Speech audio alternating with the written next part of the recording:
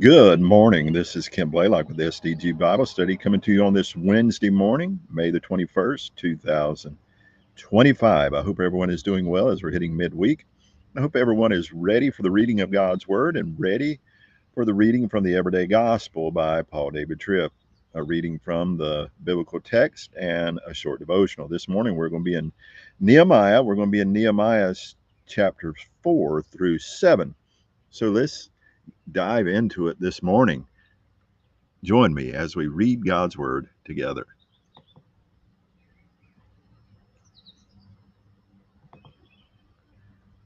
Nehemiah chapter 4. Now it happened that when Sanballat heard that we were building the wall, he became angry and very vexed and mocked the Jews.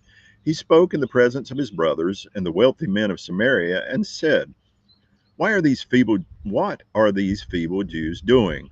Are they going to restore it for themselves? Can they offer sacrifices? Can they complete it in a day? Can they bring the stones to life from the dusty rubble, though they are burned? Now Tobiah the Ammonite was near him, and he said, Even what they are building, if a fox should jump on it, he would break their stone wall down. Hear, O our God, for we are despised. Return their reproach on their own heads and give them up for plunder in a land of captivity. Do not forgive their iniquity, and let not their sin be blotted out before you, for they have vexed the builders. So we built the wall, and the whole wall was joined together to half its height, and the people had a heart to work. Now it happened that when Sanballat, Tobiah, the Arabs, the Ammonites, and the Ashdodites heard that the repair of the walls of Jerusalem went on, and that the places broken down began to be closed, they were very angry. And all of them joined together to come and fight against Jerusalem to cause a disturbance in it. But we prayed to our God, and because of them we stood a guard against them day and night. Then Judah said, The strength of the burden bearer is failing. There is much rubbish, and we ourselves are unable to rebuild the wall. Our adversaries said, They will not know or see until we come among them, kill them, and put a stop to the work. Now it happened when the Jews who lived near them came and said to us 10 times, They will come up against us from every place where you may turn, that I had men stand in the lowest parts of the space behind the wall, the exposed places, and I had the people stand by families with their swords, spears, and bows. Then I saw their fear, and I arose and said to the nobles, the officials, and the rest of the people, Do not fear them. Remember the Lord who is great and fearsome, and fight for your brothers, your sons, your daughters, your wives, and your houses. Now it happened that when our enemies heard that it was known to us and that God had thwarted their counsel, then all of us returned to the wall, each one to his work. And it happened that from that day on, half of my young men carried on the work, while half of them took hold of the spears, the shields, the bows, and the breastplates, and the commanders were behind the whole house of Judah. Those who were rebuilding the wall and those who carried burdens took their load with one hand doing the work and the other holding a weapon. As for the builders, each wore his sword girded at his side as he built, while the trumpeters stood near me. I said to the nobles, the officials, and the rest of the people, The work is great and extensive, and we are separated on the wall far from one another. At whatever place you hear the sound of the trumpet, there gather together to us. Our God will fight for us. So we kept doing the work with half of them holding spears from dawn until the stars came out. At that time I also said to the people, Let each man with his young man spend the night within Jerusalem, so that there may be a guard for us by night and a worker by day. So neither I, my brothers, my young men, nor the men of the guard who followed me, none of us removed our clothes. Each took his weapon, even to the water. Now to chapter 5.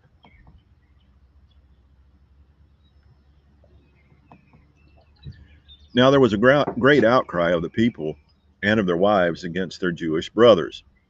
Now there were those who were saying, We, with our sons and our daughters, are many. Therefore let us get grain that we may eat and live. There are others who were saying, We are mortgaging our fields, our vineyards, and our houses, that we might get grain because of the famine. Also there were those who were saying, We have borrowed money for the king's tax on our fields and on our vineyards. But now our flesh is like the flesh of our brothers, our children like their children. Yet behold, we are forcing our sons and our daughters to be slaves, and some of our daughters are forced into subjugation. And we have no power in our hands to help, and our fields and vineyards belong to others. Then I was very angry when I heard their outcry and these words. I consulted within my own heart and contended with the nobles and the officials and said to them, "You are exacting usury, each from his brother." Therefore I held a great assembly against them. I said to them, "We, according to our ability, have brought back our Jewish brothers who were sold to the nations, and now would you also sell your brothers that they may be sold to us?" Then they were silent and could not find a word to say. And I said, "The things which you are doing is not good. Should you not walk in the fear of our God because of the reproach of the nations, our enemies?" I apologize for my dogs. "And likewise I, my brothers and my young men are lending them money and grain. Please let us forsake the usury. Please give back to them this very day their fields, their vineyards, their olive groves, and their houses, also the 100th part of the money and of the grain, the new wine, and the oil that you're exacting from them." Then they said, "We will give it back and will require nothing from them. We will do exactly as you are saying." So I called the priests and made them swear that they would do according to this word. I also shook out the front of my garment and said, "Thus may God shake out every man from his house and from his possessions, who does not establish this word, even thus may he be shaken out and emptied." And all the assembly said, "Amen." And they praised Yahweh. Then the people did according to this word. Moreover, from the day that I was put in command to be governor in the land of Judah, from the 20th year to the 32nd year of King Artaxerxes, for 12 years, neither I nor my relatives have eaten the governor's food allowance. But the former governors who were before me laid heavy burdens on the people and took from them bread and wine, besides 40 shekels of silver. Even their young men exerted their power over the people. But I did not do so because of the fear of God. I also took hold of the work on this wall. We did not buy any land, and all my young men were gathered there for the work. Moreover, there were at my table 150 Jews and officials, besides those who came to us from the nations that were around us. Now that which was prepared for each day was 1 ox and 6 choice sheep.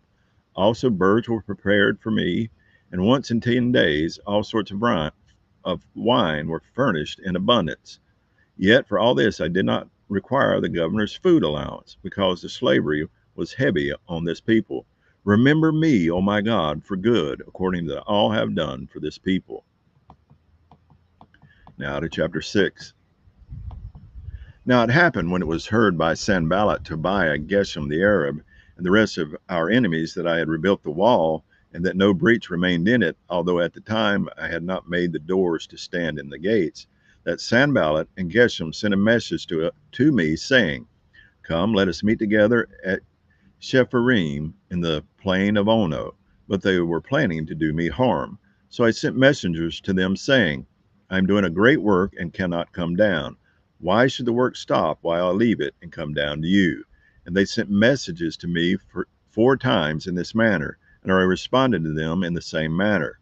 Then Sanballat sent his young man to me in the same manner a 5th time with an open letter in his hand.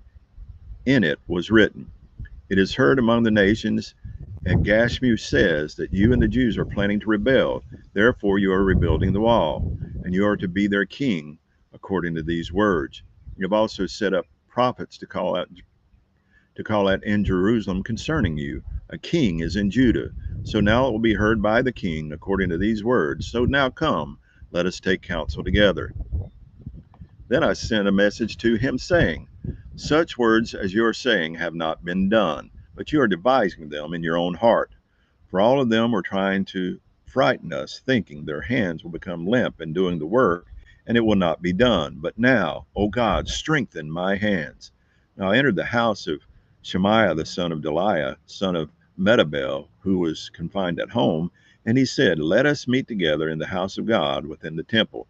and let us choose the doors of the temple, for they are coming to kill you, and they are coming to kill you at night. But I said, should a man like me flee? And could one such as I go into the temple just to live? I will not go in. Then I recognized that surely God had not sent him, but he spoke his prophecy against me, because Tobiah and Sanballat had hired him. He was hired for this reason, that I might become afraid and act accordingly and sin, so that they could give me a bad name, in order that they could reproach me. Remember, O my God, Tobiah and Sanballat, according to these works of theirs, and also Noadiah the prophetess, and the rest of the prophets who are trying to make me afraid.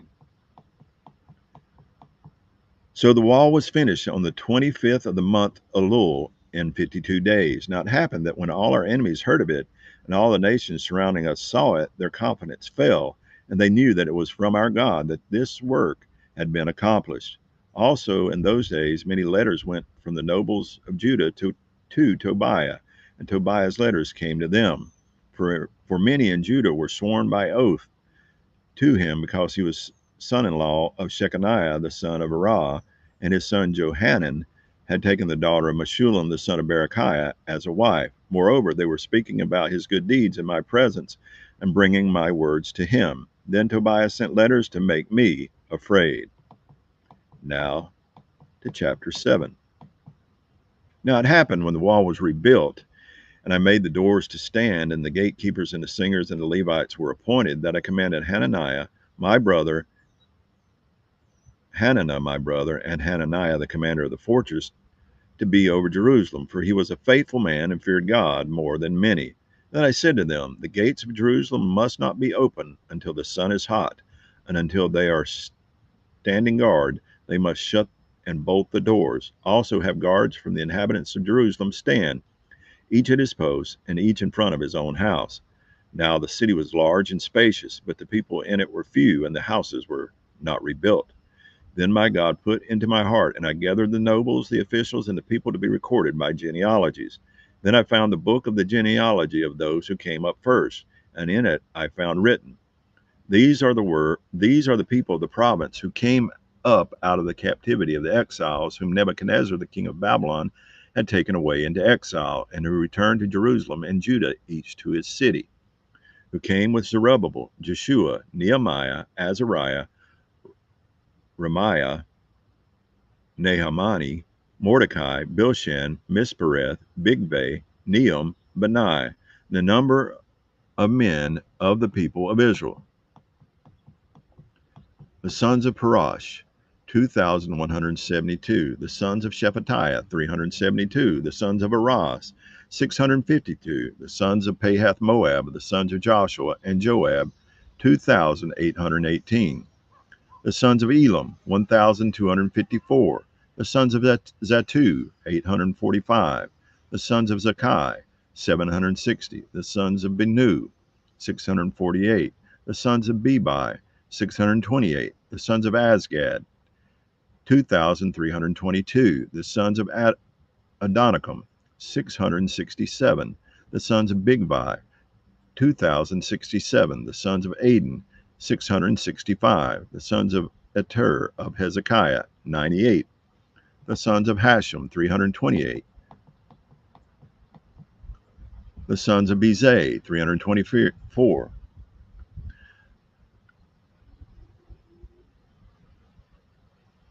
Where was I? The sons of Hariph, 112. The sons of Gibeon, 95. The men of Bethlehem and Netopha, 188.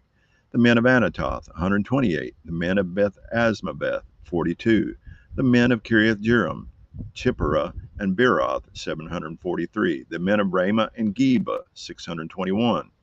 The men of Michmas, 122. The men of Bethel and Ai, 123. The men of the other Nebo, 52. The sons of the other Elam, 1,254. The sons of Haram, 320. The men of Jericho, 345. The sons of Lod, Hadid, and Ono, 721. The sons of Sanei, 3,930. The priests, the sons of Jediah of the house of Jeshua, 973. The sons of Immer, 1,052. The sons of Pashur, 1,247. The sons of Haram, 1,017. The Levites, the son of Jeshua, of Kadmiel, of the sons of Hodavah, 74. The singers, the sons of Asaph, 148. The gatekeepers, the sons of Shallum, the sons of Ader, the sons of Talmon, the sons of Akab, the sons of Hatita, the sons of Shobai, 138.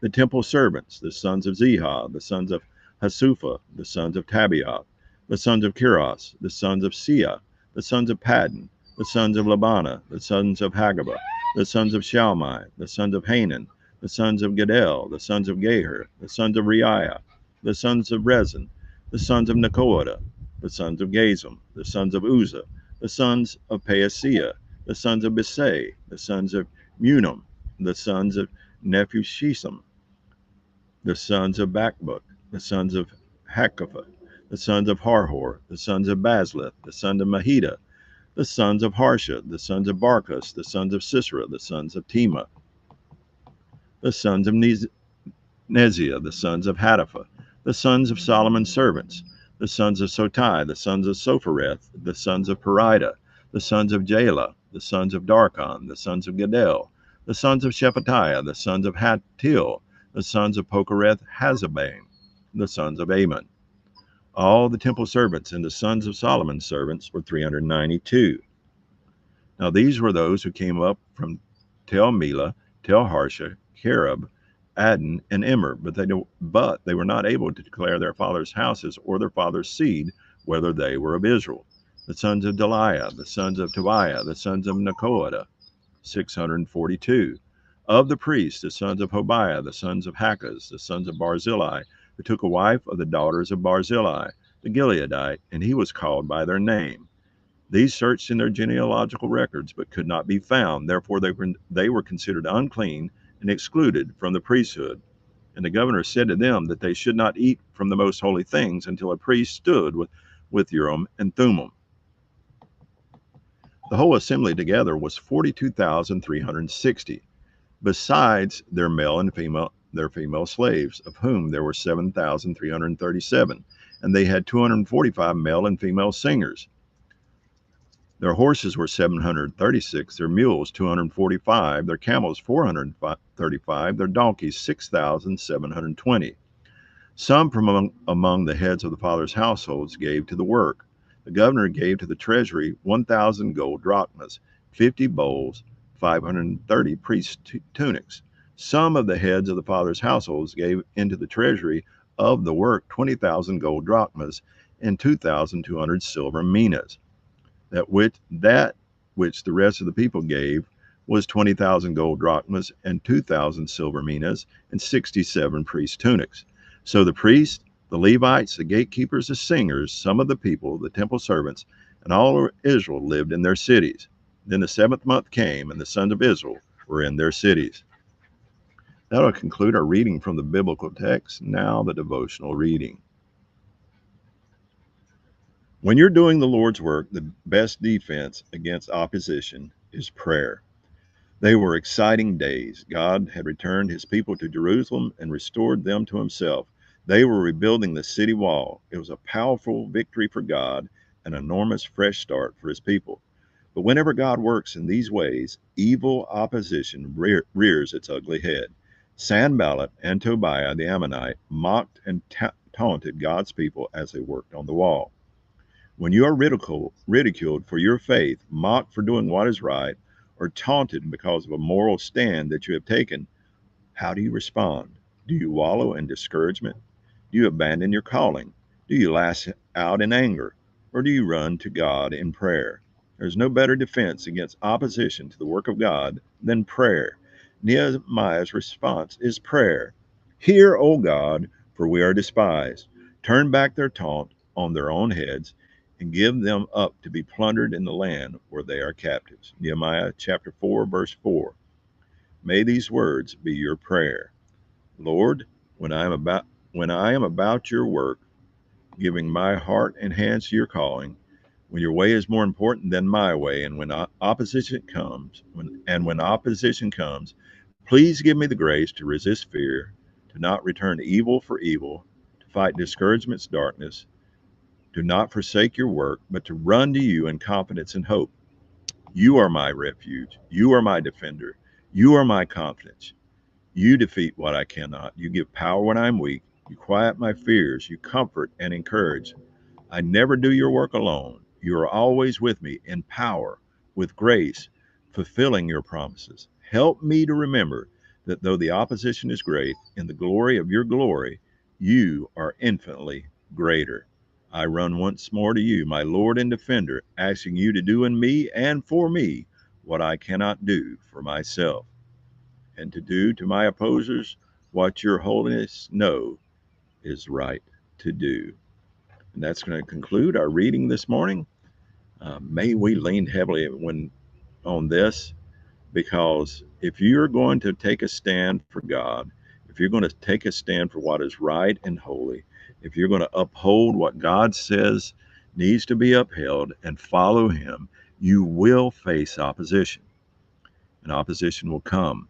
But we have one who is with us, who we can come to in prayer, and who will see us through darkest times and the greatest challenges.